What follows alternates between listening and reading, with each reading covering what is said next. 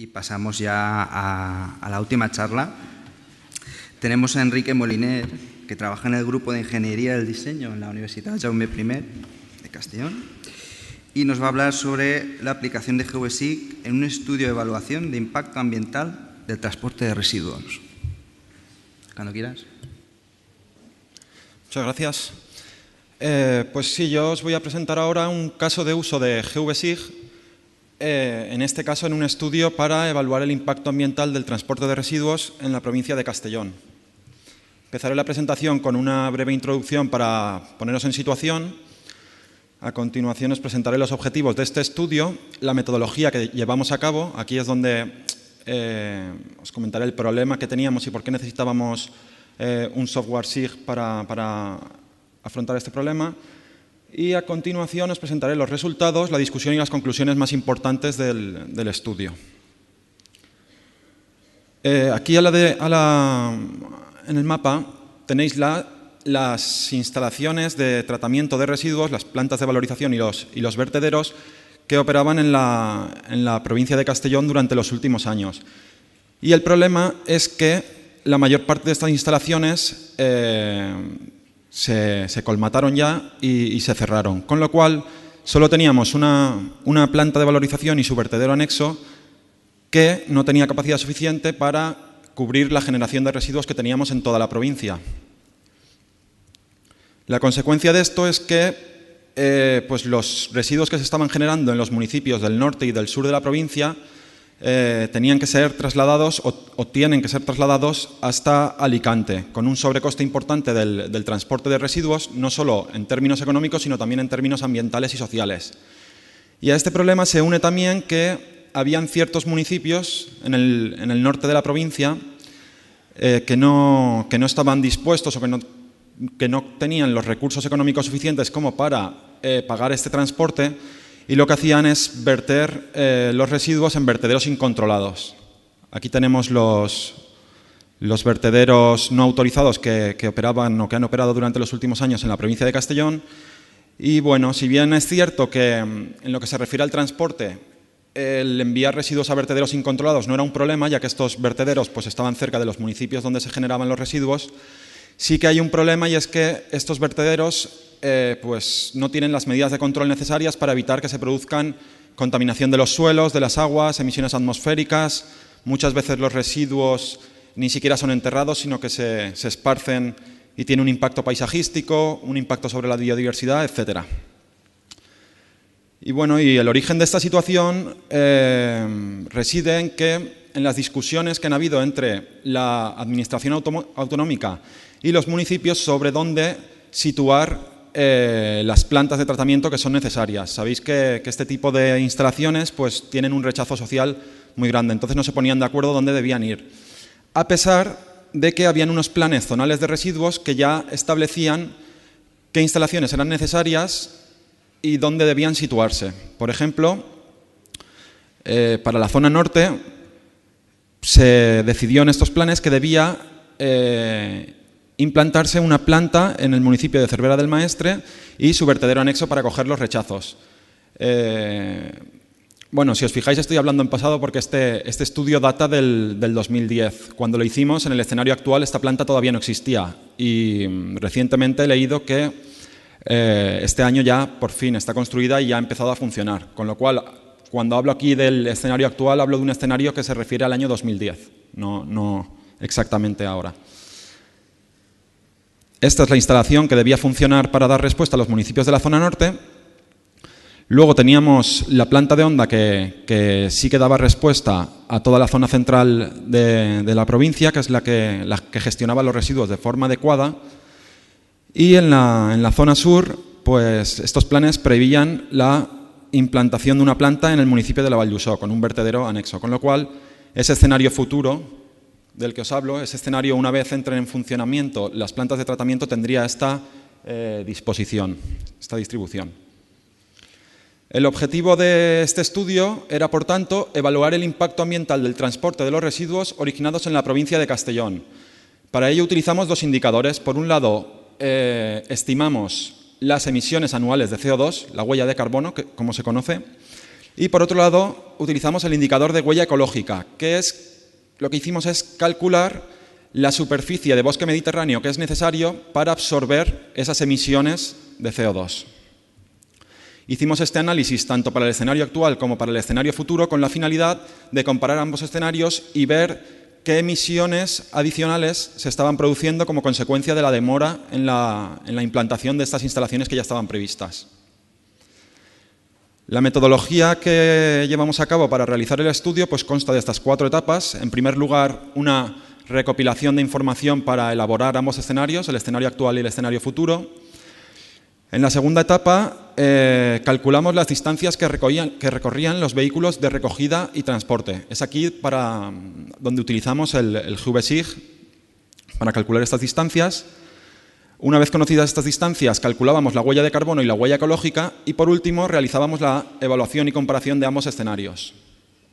Como os digo, el estudio comenzó con una primera etapa de recopilación de información. En primer lugar, necesitábamos conocer qué cantidad de residuos se estaban generando en cada municipio. Y para ello acudimos a un estudio que habíamos realizado previamente, el mapa de residuos de la provincia de Castellón, que disponía de un inventario de los residuos generados en cada municipio para distintas categorías de residuos, entre las que se incluían los residuos sólidos urbanos, las basuras domiciliarias que todos generamos y que tiramos en el contenedor enfrente de nuestras casas. También necesitábamos conocer dónde se estaban llevando y dónde se iban a llevar en el escenario futuro estos residuos, es decir, cuáles eran las instalaciones actuales y las instalaciones futuras. Y para ello pues acudimos a este estudio que ya habíamos hecho para definir el escenario actual, y para el escenario futuro pues acudimos a los planes zonales de residuos y al plan integrado de residuos de la Comunidad Valenciana que establecían eso, las instalaciones que iban a ser necesarias. Y por último tuvimos que hacer un escenario de logística del transporte de residuos. Supusimos que esta recogida de residuos se realizaba a diario en todos los municipios y además establecimos 2 vehículos para tal fin. Por un lado, un vehículo que realizaba la recogida de contenedores dentro de los municipios, un vehículo compactador, y luego transportaba estos residuos hasta estaciones de transferencia o hasta las plantas de valorización, según fuera el caso. Y luego teníamos un vehículo de mayor capacidad que cargaba los residuos entre las estaciones de transferencia y las plantas de valorización para tener unas condiciones de transporte más eficientes. Y lo que hicimos fue, en función de la generación de residuos que teníamos en cada municipio y de la capacidad de carga de estos vehículos, pues determinar cuántos vehículos iban a ser necesarios en cada municipio. Habían municipios muy pequeños que no generaban suficientes residuos como para cubrir la capacidad de un camión. Entonces, lo que se hizo es suponer una recogida compartida entre varios municipios. Es decir, un camión recorría varios municipios hasta que completaba su capacidad de carga y luego ya se dirigía a la estación de transferencia o a la planta de valorización. Y en este caso, pues a los municipios que realizaban una recogida compartida se les asignaba la carga relativa del camión que les correspondía. Una vez ya teníamos esta logística del transporte definida y estos escenarios definidos, calculábamos las distancias que recorrían estos vehículos de recogida y transporte de residuos.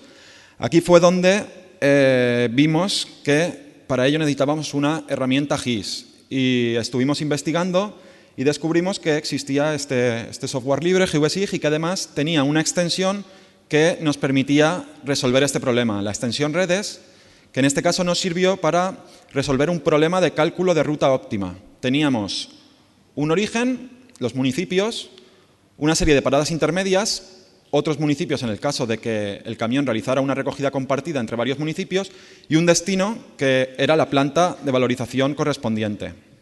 Todo esto lo insertamos en nuestra cartografía, en GVSIG, y aparte teníamos una red de caminos posibles con un coste asociado. Es decir, nuestro problema de cálculo de ruta óptima era cómo ir desde el origen hasta el destino en el tiempo mínimo. Teníamos nuestro mapa de carreteras, que era de la Consellería de Infraestructura y Transporte, y este mapa ya estaba perfectamente preparado para trabajar con la herramienta de análisis de redes, con la extensión redes.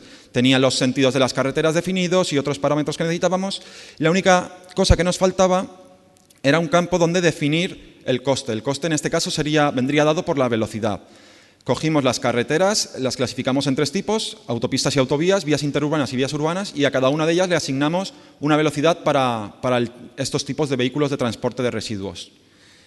Y bueno, de este modo identificamos cuáles eran las rutas óptimas para cada municipio, calculamos las distancias correspondientes a estas rutas, tanto para el trayecto de ida como para el trayecto de vuelta,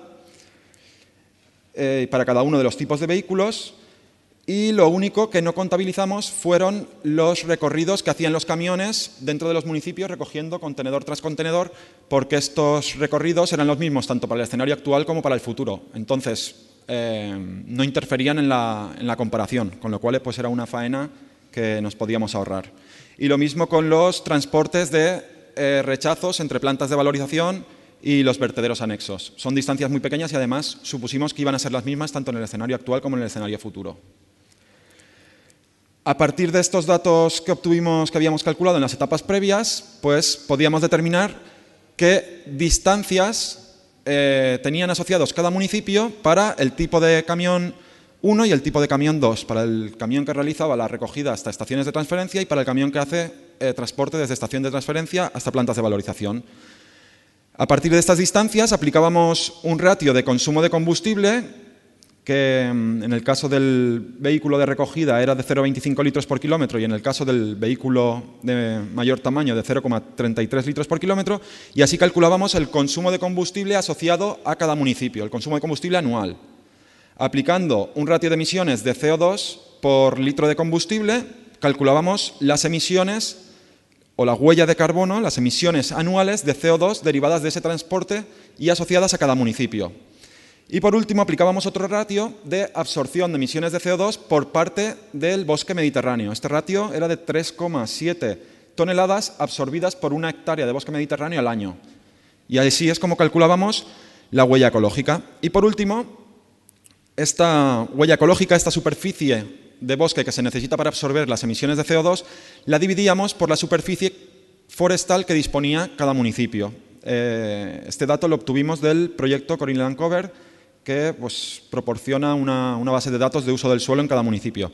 Así, lo que obteníamos era un indicador que nos decía qué porcentaje de la superficie forestal de un municipio se destinaba a absorber emisiones de CO2 del transporte de residuos.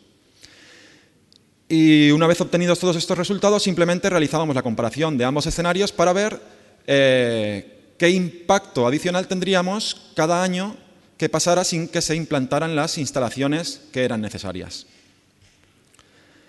Paso ya a presentaros los resultados. Aquí tenéis el escenario actual que os he mostrado antes.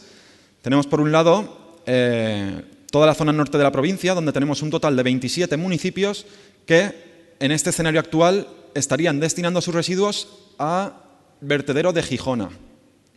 Aparte tenemos un total de 22 municipios que son los que os comentaba antes que hacían vertido incontrolado. La zona PIR 2 sí que tenía su servicio de gestión de residuos cubierto y bien cubierto, y además se aumentó la capacidad de esta planta para coger también los residuos de las zonas 4 y 5. Y por último, en el escenario actual, pues la zona 3 tampoco dispone de ninguna instalación que le dé servicio y tiene que llevar sus residuos, un total de 41 municipios tienen que llevar sus residuos al vertedero de Villena. Aquí tendríamos pues, las rutas óptimas calculadas con GeoVesig. Hay rutas pues, compartidas a través de varios municipios y rutas directas entre municipios y estaciones de transferencia. Y aquí tenemos las rutas entre las estaciones de transferencia y las plantas de valorización. Ahí ya vemos los transportes interprovinciales, los transportes de residuos hasta Alicante. Tenemos por un lado un total de 43.000 toneladas de residuos del sur de la provincia que se destinan a Villena, recorriendo los camiones 329 kilómetros si contabilizamos ida y vuelta. También tenemos cerca de 9.000 toneladas de residuos que se producen en el norte de la provincia y que se trasladan hasta el vertedero de Gijona, recorriendo en este caso casi 600 kilómetros. Y por último, en el norte de la provincia, ahí tenemos en blanco pues, toda una serie de municipios que son los que realizan el vertido incontrolado y que en total son 70.000 toneladas de residuos que se están gestionando de una manera incorrecta por el hecho de no tener cerca una instalación donde destinar esos residuos. Aquí tenéis un mapa donde se ve la generación anual de residuos en cada uno de los municipios de la provincia y podéis ver que esta generación se concentra sobre todo en la franja litoral, que es donde están los municipios con mayor población. Este otro mapa lo que nos muestra son las emisiones anuales de CO2 debido al transporte de residuos en cada uno de estos municipios. Pues tenemos que también se concentra principalmente sobre la franja litoral porque evidentemente los municipios que más residuos generan pues también producen más transporte y tienen más emisiones. Sin embargo, si vemos la huella de carbono relativa, es decir, las emisiones de CO2 por tonelada de residuo transportada, ya vemos que esta tendencia cambia, que ahora pues los mayores niveles de contaminación se deberían a la zona norte y a la zona sur, que son los que están realizando esos transportes interprovinciales de residuos. Para hacernos una idea de la gravedad de esta situación, podemos comparar el municipio de Castellón de la Plana con el municipio de la Vall d'Uixó. El municipio de Castellón de la Plana es la capital provincial y es el municipio que más residuos genera, con más de 70.000 toneladas anuales. Mientras que la Vall d'Uixó pues genera unas 13.000 toneladas, una sexta parte de lo que estaría generando Castellón.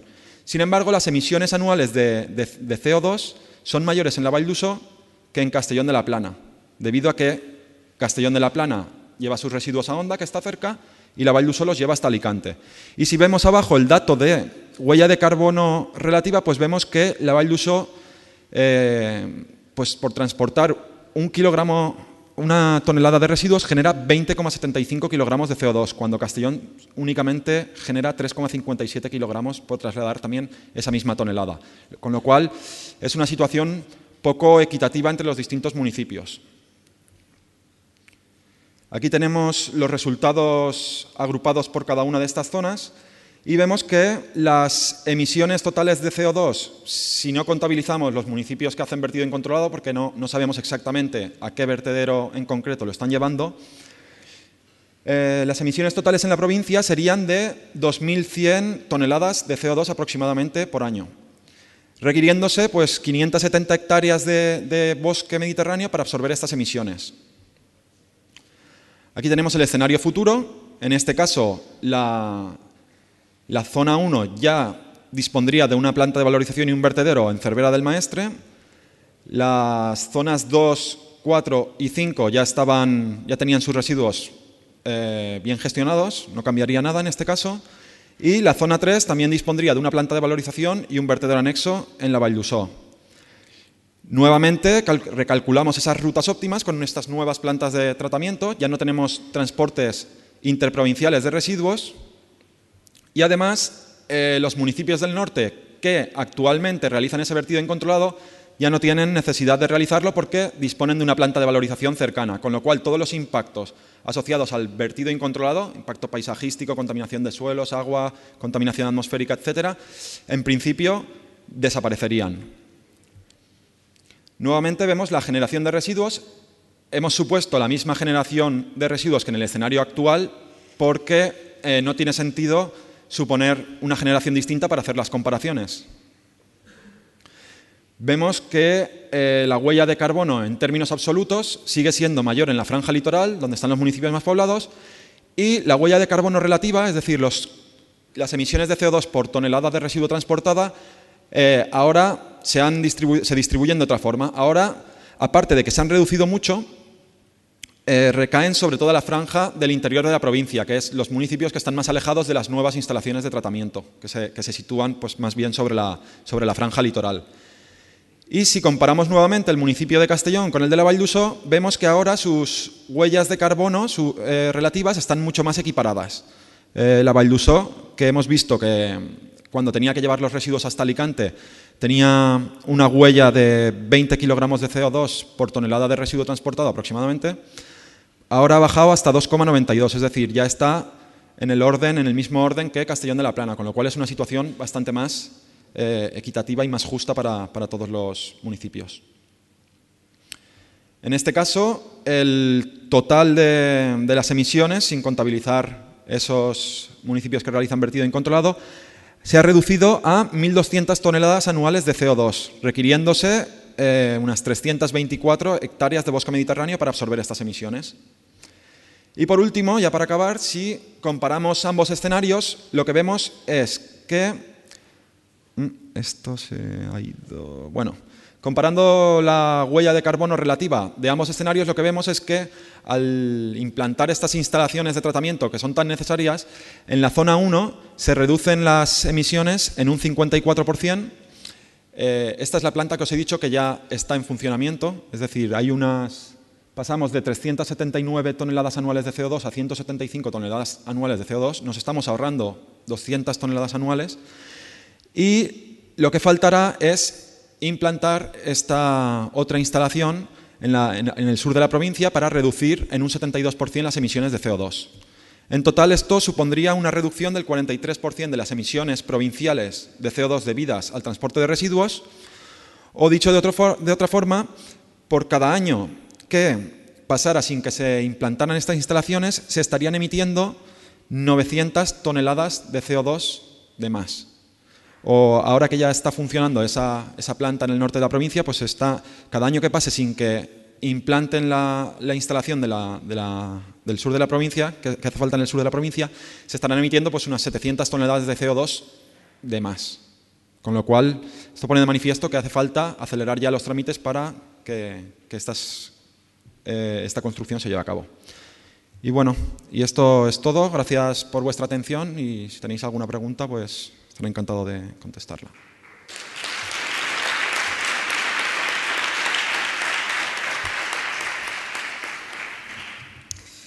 Bueno, felicitar a Enrique también por este fantástico trabajo que han realizado. Y si os parece, vamos a abrir un turno de preguntas para todos los ponentes. En cualquier momento podéis levantar la mano y voy empezando yo, ¿vale?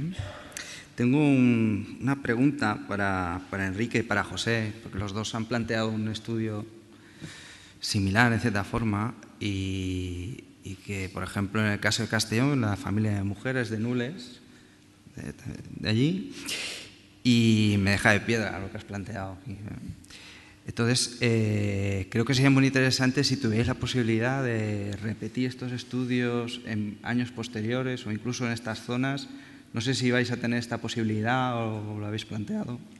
Pues sí, ahora mismo, como hace cuestión de un mes, esto es un estudio que presentamos ya en un congreso y me llamaron de vuestra organización porque lo habían leído y estaban interesados en que lo presentáramos aquí.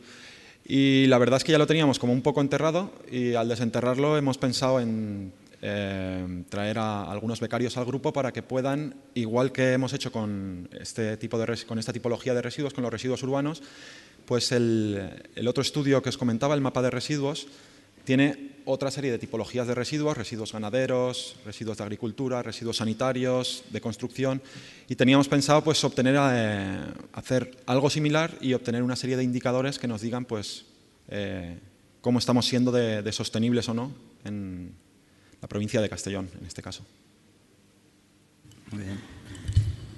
Sí, en el caso de la contaminación lumínica, sí que lo que estamos haciendo es distribuir diferentes sensores, no solamente móviles, sino también fijos, con conexión a Internet. Entonces tenemos una monitorización durante toda la noche de cómo va evolucionando y además durante todo el año, porque no es lo mismo el consumo de energía en verano que en invierno, en diferentes zonas de España o incluso en diferentes formas en zonas del planeta.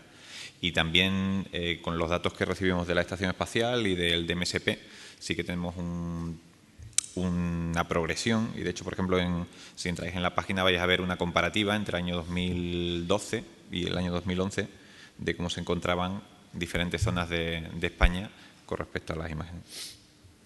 Muy bien, muchas gracias. ¿Alguna duda que queréis plantear? Bueno, pues voy a seguir con Shane. Oh, perdón, por allí.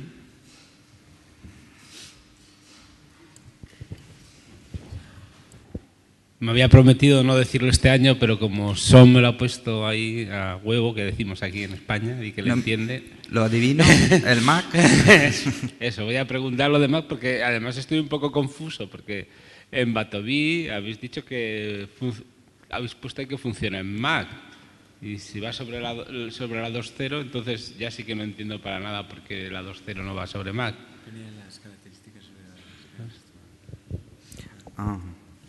Vale. Por lo que me comentaba ahora, eso estaba en la transparencia de las características heredadas. Batoví en concreto realmente solo funciona en en una plataforma que es la de OLPC, ¿vale? Que son una arquitectura Intel muy reducida y demás. Los proyectos de Educa sí que funcionan siempre pueden funcionar sobre un GeoBasic. En aquellas plataformas donde funcione GeoBasic funcionará también el proyecto de Educa. Pero actualmente sí que es verdad que en la 2.0 sobre Mac no está generando instalables ni distribuyendo. Mira, espero que después de os deis cuenta de que es importante que los haya. Sí, y de hecho, parte del esfuerzo que se ha realizado para que GeoBasic se vea razonablemente bien en estos dispositivos puede revertir en que algún día lleguemos a tener esa versión de Mac, porque la interfaz de GeoBasic tiene ciertos componentes que se ven bien en Linux, se ven bien en Windows, que es donde trabajamos la mayoría de desarrolladores y la mayoría de usuarios, pero cuando se ve en Mac, pues hay muchos problemas. Y en estos cacharritos, por el tamaño de pantalla y demás, hemos tenido que rehacer partes de la interfaz de GeoBasic para que se adapten mejor. Entonces, por lo menos por ahí algo hemos adelantado, así que es verdad. Nada, simplemente contestar que la importancia sí se la vemos. Lo que nos falta es que alguien financie o ponga horas hombre para que eso sea posible, pero la importancia sí se la vemos.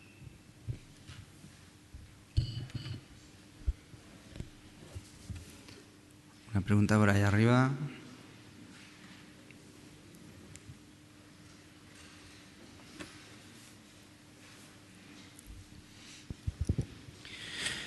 Buenos días. Mi pregunta es para José. El trabajo de contaminación lumínica, bueno, me parece excelente. Lo único, ver si es, o si se lo han planteado, si será fácilmente posible. No sé qué datos o qué niveles de resultado da la contaminación lumínica, pero aplicarlo a los luxes reales que llegan a la calle, pues para, por ejemplo, en un municipio hacer un planteamiento con los datos que ya tenéis, pues poder hacer un mapa lumínico y ver realmente el cumplimiento normativo a nivel de luxes en diferentes calles, plazas. Sí, una de las medidas que llevamos a cabo es con luxómetro a pie sobre el terreno, de la misma forma que hacemos recorridos con el SQM en diferentes localizaciones y que hacemos medidas directamente apuntando al suelo. Y sí que hay estudios como el de Sirex de 2008, que estamos reproduciendo nosotros ahora, en función de diferentes tipos de suelo, la reflectancia que tiene ese suelo, cómo incide luego en la cantidad de energía que se disipa. Y realmente desde contrastar lo que está emitiendo una fuente luminosa hacia abajo y lo que está captando directamente el satélite desde arriba. Eso sí que es una de las partes que estamos ahora desarrollando para calibrar lo más posible esa medida final que nos da el satélite o el sensor y luego correlacionarla realmente con el consumo de energía que hay en esa posición. El Ministerio de Industria está catalogando todas las luminarias de los municipios por debajo, me parece que son de 20-25.000 habitantes, y lo está también poniendo a disposición pública. En principio lo tiene de forma restringida, y una de las tareas es correlacionar el dato ya de flujo real con el consumo eléctrico en esa ubicación. La resolución de las imágenes de la ISS son de 16 metros por píxel. Estamos planteando hacer la serie, por ejemplo, de 2008 de Sirex, que llevó a cabo INTA. Sí que hizo vuelos a más baja altura y con espectrómetros multiespectrales, y sí que se llevaron a cabo mediciones de mayor resolución, con lo cual sí que se puede hacer una correlación real de una farola, identificar una farola con el flujo real que está emitiendo y discriminar cuáles son aquellas.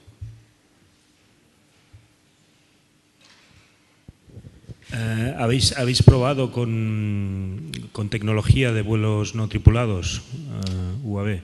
Sí, hemos planteado algún proyecto con cuadrones.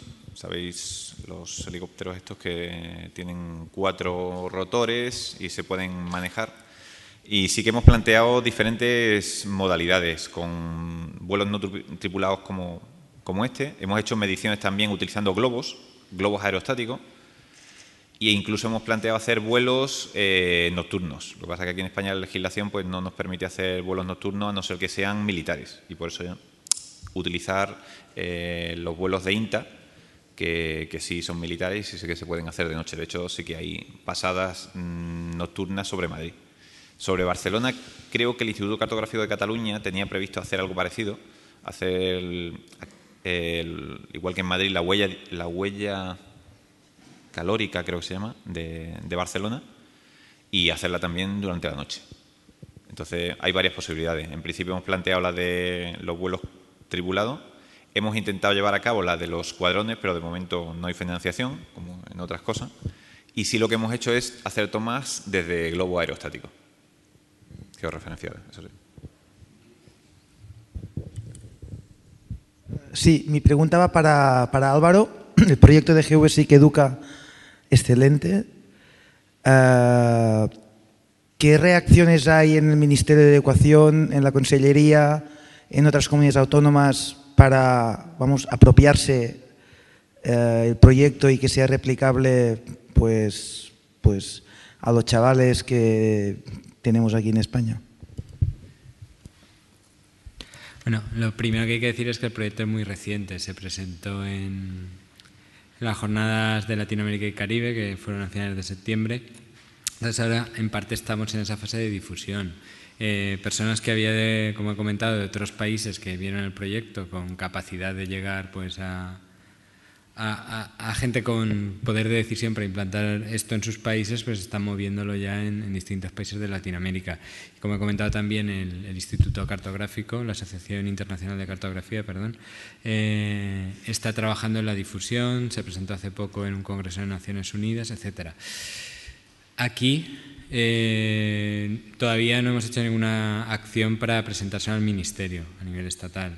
A nivel Consellería, en su día se hizo el piloto, que fue el origen, y no hubo interés en continuarlo, lo que te puedo decir.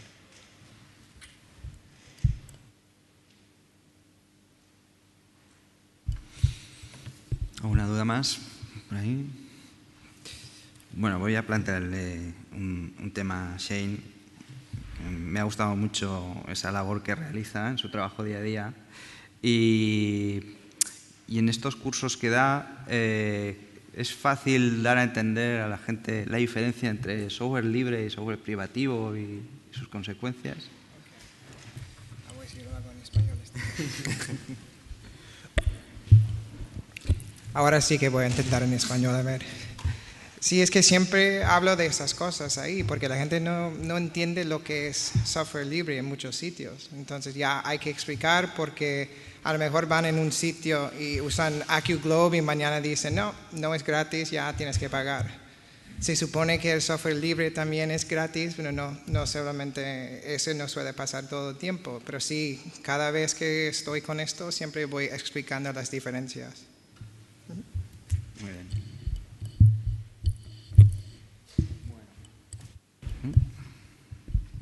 Pues si os parece, podemos ir terminando la sesión. Solo me gustaría cerrar con una pequeña reflexión de cara al proyecto de Educa, porque veo que ahora ya tenemos algo que nos permite llevar el tema GIS a la educación. Ya tenemos un software que está muy bien, pero habrá que cubrir la parte de cartografía disponible, libre y que pueda ser usada por la gente para preparar esos mapas temáticos.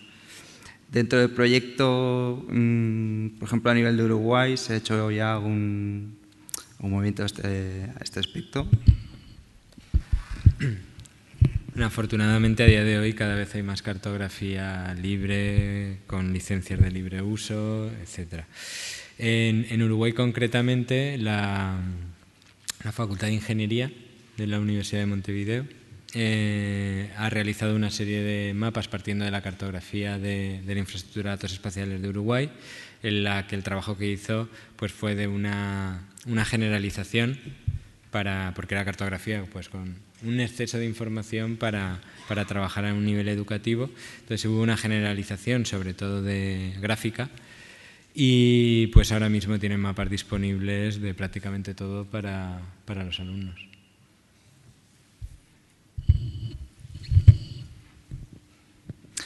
Bueno, pues vamos a dar por terminada esta sesión. Agradecer de nuevo a los ponentes por estas fantásticas charlas que nos han dado y por ceñirse también al tiempo que tenemos disponible. Y vamos a pasar a cerrar las jornadas con unas palabras de Gabriel Carrión.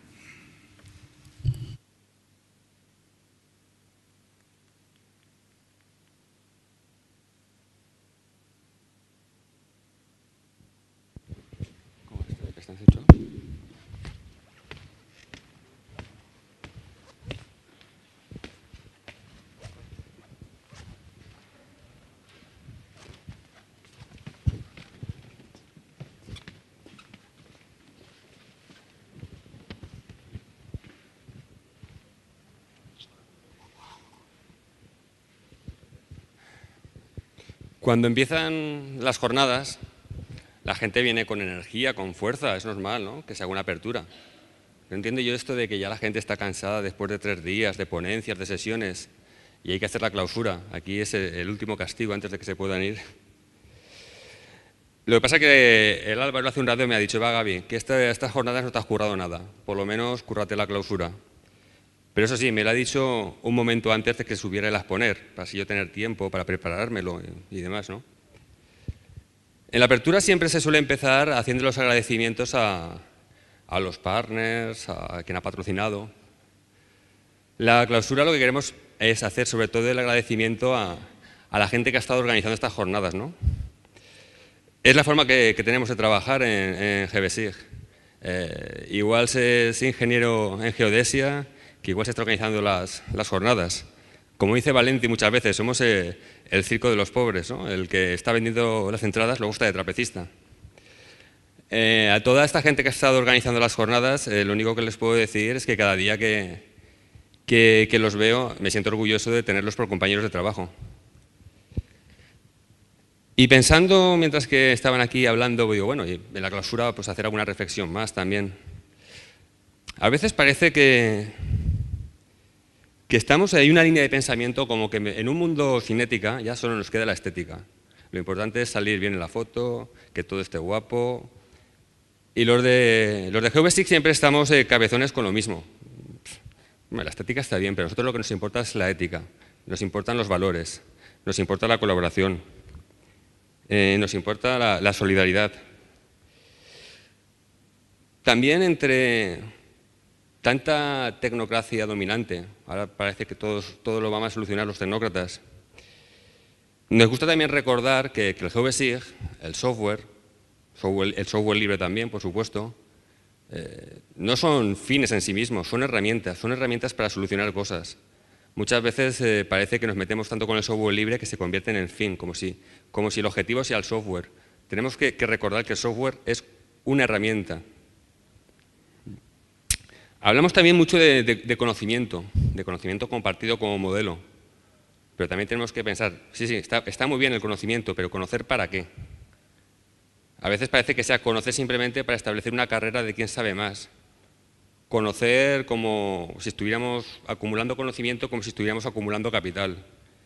Y también queremos reivindicar conocimiento compartido, pero conocer para transformar la realidad que no nos gusta en una realidad que se aproxime algo más a lo que podamos anhelar.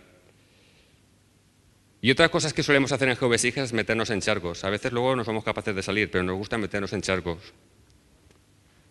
Y también en esta estafa global que estamos en los últimos tiempos, algunos la llaman crisis, pero en esta estafa en la que nos encontramos parece que nos quieren hacer pensar como que esto es quien tiene una gripe.